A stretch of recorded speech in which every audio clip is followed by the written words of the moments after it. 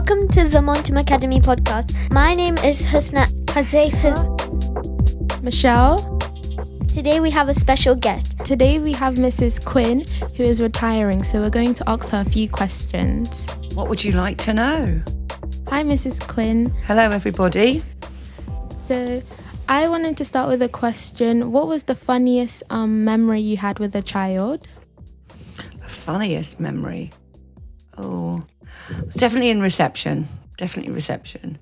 There's been so many. It's difficult to say just one because the children in reception don't know what they're doing. You know, they don't have any understandings just yet. You know, you guys get that as you go along, and they're just amazing because of their innocence. So I would say all of the children in reception at any point in time have made me laugh a lot more than the children in year 1 and 2. Okay, that's nice. I have a question for you, Mrs. Quinn. What's one thing you hope we all remember from our time at primary school? Oh, that you all remember how much fun it was. Because school has to be fun, but it has to make you want to learn. Okay, so you have to enjoy it first. So school's fun, and it's about making friends and meeting new people all the time, learning new things. Okay, so to learn things and have fun, and hopefully friendships that last forever. Miss Quinn, what is one thing you do to quiet down your students? Quieten down my students. There's a number of things. Clapping. We all clap. Yeah. Okay. Shake the bell. The bell means then you've got to sit down on the carpet. And sometimes, can you please be quiet? A bit louder, maybe. So mainly those 3 things. Okay. So I don't know what you use. What does your teacher use in her class? She mainly uses the clapping one. Okay. What does your teacher use in your class? Clapping. Clapping. And your class? She just claps. Yeah. So we've all got different ways, haven't we? And it's all learning. But clapping tends to be the one way. You've got a gong. Okay. Clapping tends to be the one way that everybody knows to stop and you'll listen to. So it's one of the best ones to use. My teacher named Miss Smith, who was teaching me in year 3, she used to use this trick called magnetize. Oh, and what did you do for that? So our teacher, she basically says 1, 2, 3, eyes on me, and then we say magnetize. Oh, wow. That's a good one. See, it's all about learning skills. Teachers are still learning all the time as well. Okay, because just for one thing, there's different ways to get everybody to be quiet, isn't there? So we're learning all the time as well. We still go to school. We still have to learn. Okay, even at our ages as well. So yeah, sorry. And next question? My next question, I think it's a hard question to answer, but if you had a new school rule, what would it be? I would ban technology for enjoyment. No, I don't mean it technology totally, but I don't like it, the fact that most of the children we know nowadays go home and they're on a phone or an iPad or the TV and don't enjoy anything else. There's no interaction. You're not talking to anybody. You're not playing games with anybody. You're not reading books. I think the tablets and the iPhones and everything else take all the enjoyment out of being children. Who goes home and plays with a tablet or an iPhone? I don't have one. I do play on my tablet, but for actually 6 hours of the day, I'm always outside playing with the other people that are in my neighborhood. Okay, well, that's good. But a lot of children now, even you see children going around in the pushchairs as babies, looking at the phones, watching something on the phone. I mean, they don't even know what they're watching. They're just watching images. And you think, why can't the parents talk to those children about what they're getting? It doesn't matter what they're hearing. And there's lots of speech and language coming up as well, issues, because parents are not speaking to their children. They're just watching the tablets. So, yeah, I would say ban them. I find But not all technology, because some technology is good. I find reading a book is more enjoyable though, because you get like lots of different genres and you can read different things, and it's calming and exciting too. Yeah, I love reading a book. Even now, I've always got a book on the go, and I like a hardback book, not an what are they called? The digital copies? Yeah, the digital copies. It's got a special word, hasn't it, for reading a book on a computer? Ebook? I'm not sure. Yeah, I don't know either. But I borrowed one to go on holiday, and I still didn't like it because it doesn't feel the same as holding an actual book and turning the pages, and you're more excited about the next thing. Yeah. So I get that. Reading a book is much nicer than actually watching a film, because the book can give you more detail than a film can. A lot of people watch films and then maybe read a book or just watch the film. And that's such a shame, because reading is such a powerful thing. I honestly agree with that, but like I only read when it's a mystery book. When I like start reading it, then I start finding more about it, then I just carry on reading. Yeah, mysteries are great. I do love mysteries. They're really exciting because you can never tell who's done it. And that's what's exciting about it, because you like to guess who's going to do it, don't you? Yeah. And Miss Quinn, what's one thing you're really proud of achieving during your teaching career? It sounds really silly, but I like the fact that even when you go to year 6, you still don't forget me. Okay? And that's a big thing, because we tend to forget our teachers as we get older. So for somebody to turn around and say, Miss Quinn, without not saying, I remember your face, but I'm not sure of your name. Okay, it's the best feeling in the world. I don't think I've forgotten any of my teachers that I've had. And I hope you don't. I hope you don't, because we're there to support you and guide you and help you learn to get on to the next stage of your learning, which will be secondary school, obviously. But I hope you don't. It's nice to feel remembered. Yeah. So I think all teachers are like that. They like to be remembered. Talking about secondary school, what advice would you give the children in year 6 when they're going to secondary school? Focus and don't mess about in lessons. Yeah, that's what I would say. Do your homework.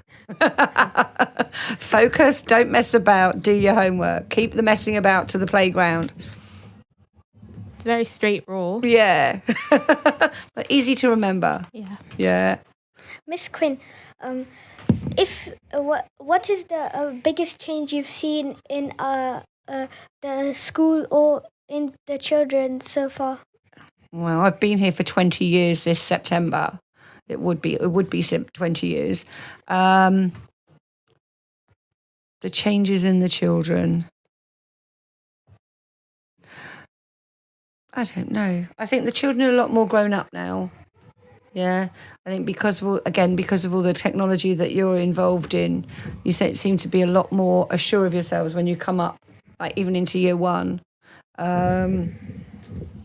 Yeah, the children are changing just generally as life is changing. So I don't know really. Sorry, I can't really answer that. There's just been the children are just changing anyway, aren't they? They're just growing up more quickly, I think, because of the technology. So what about like the learning, like so like for an example, like now like when I was in year 1, we didn't have we used to do learning simply, but now when I came to year 4, we use this website called Nearpod, where we join a lesson code and we just follow our teacher on that. Yeah, there definitely wasn't any of that when I started. Okay, so yeah, there would be no Chromebooks. There was no Chromebooks or iPads or tablets anywhere in the school apart from the ICT suite, which is now the music room. No, art room. The art room used to be the ICT suite. Yeah, so some of it, because it's all changed. So it's really weird because the building's changed or the rooms have changed from all around, because when I first started, the ICT suite and the music room and the classroom were all part of reception. So reception was in this building, and then they built the special building. So that's changed, So things have changed. Key Stage 2, Year 5 and 6 were over in the other side as well, and they got moved over here. So it's been constant changes. People are constantly moving areas, and teachers are constantly changing a lot of the time. I will say that not all the time, because I'm still here. There's a few of us that have been here for like 20 odd years. Miss Steenkamp being one of them, Mrs Chagger another, Mrs Tawana another one. Mrs Chagger and Mrs Tawana started off with me in reception. Well, they were already in reception at the time. So there's been a lot of changes of staff and management. What about in early years facility? Well, that's changed definitely, hasn't it? Because nursery used to be in the Sure Start building, and then obviously reception was in this building. So it's really changed dramatically by being put together. Even in that building, there were 2 separate rooms for nursery, and then they knocked it all into one to make better learning. And again, you've got more technology, more toys, more free time. Yeah, so it's all changing. And the resources are constantly changing. Like there wasn't the playground that there is now in anywhere of the school, actually. Because, you've all got playgrounds now, haven't you? And equipment you can play with. That was never here. So, things are constantly changing in the school for the better. Okay, the academy has brought things in for the better, definitely. Does that help? Yes, thank you. Another question is, what was your favourite subject to teach and why? Maths. I love maths. I love trying to, because obviously year 1, they don't know anything as far as maths goes. So you have to teach from the bottom up. And it's also making sure that the children can understand how to do it and makes it easy for them. Because, what might work for one child, I'm sure you have it in all of your lessons of maths, especially what works for you in one might not work for another child. So it's finding out what works for that child. And I think the biggest moment in my career is when a child gets something, when that button clicks, and they, I understand how it works. That moment is the most magical moment you can get, because it means you've achieved something. Don't you find it just a little bit hard to teach them something that they've not learnt before? No, not really, because reception in year 1, they're sponges. They're still interested, and as you go up, you're learning different things that you get interested in. So at that time, they don't know anything, or very little, and so you're teaching them the basic skills of everything. So if you don't get the basic skills, how to add up to 10, if you don't know that off by heart by the time you go into year 2, it makes it harder for you to do the next bit. So it's about teaching everybody the right things. I have another question. Will you miss the school holidays, or will every day feel like a holiday now?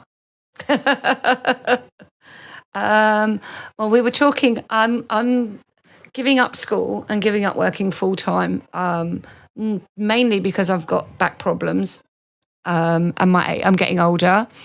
But so I'm going to side hustle. Okay, I'm going to get a little part-time job. Okay, but I won't have all the holidays. That will be sad. But every day will feel like a holiday, I think, to a certain extent. If that makes sense. Because I'm changing what I'm doing, and I'm going to be doing part-time. I'm looking at 3 days a week, maybe, or 3 mornings a week. I don't know. Miss Quinn, what's your new job going to be? I haven't got one yet. Are you thinking of one? No. I'm focused on now and the end of term, and then I'm going to enjoy the summer holidays and start looking more so in the summer holidays towards the end. If I don't get one straight away, I'm not particularly worried, but I will be looking. I'm hoping we're going to look on the Isle of Wight and here in Slough, because we've got a holiday home in the Isle of Wight. So if it happens to be that there's one over there, then I'll take that and I'll move over and my husband will follow. That's my plan anyway. What are you most looking forward to during your free time? Swimming. I want to swim in the sea every day, if I can. Lots of sharks. No, there's no sharks in the Isle of Wight. The water's too cold. Well, the Isle of Wight is at the bottom of it's by Portsmouth and Southampton, and it's a little island that you get a ferry across to, and it's very, it's like going back in time, going back to the 70s. And everybody's really polite and friendly. Everybody says hello to you all the time. There's hardly ever any hassle. And everybody is super helpful and all that kind of stuff. So, yeah, I want to go to the Isle of Wight and swim in the sea every day, hopefully.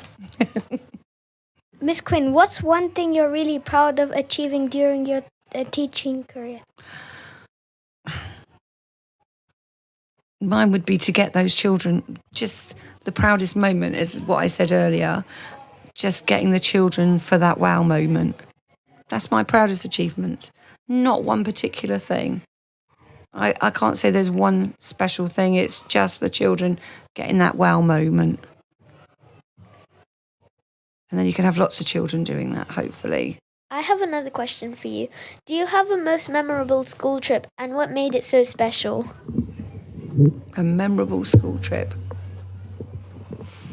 I'm thinking I've been to Odds Farm, Windsor Castle, Black Park, most of those, and they've all been amazing. They've all been amazing because the kids have loved them all because they've never been there before. So they've all been amazing. So, yeah, no special one, just everything we do. So thank you very much, guys. Thank you. You've been amazing. Thank you for listening to the Montem Academy podcast. Thank you for coming on our podcast, Mrs. Quinn. We would like to see you in the future. I hope you have a good time on your holidays. Thank you very much. It's been amazing. Bye.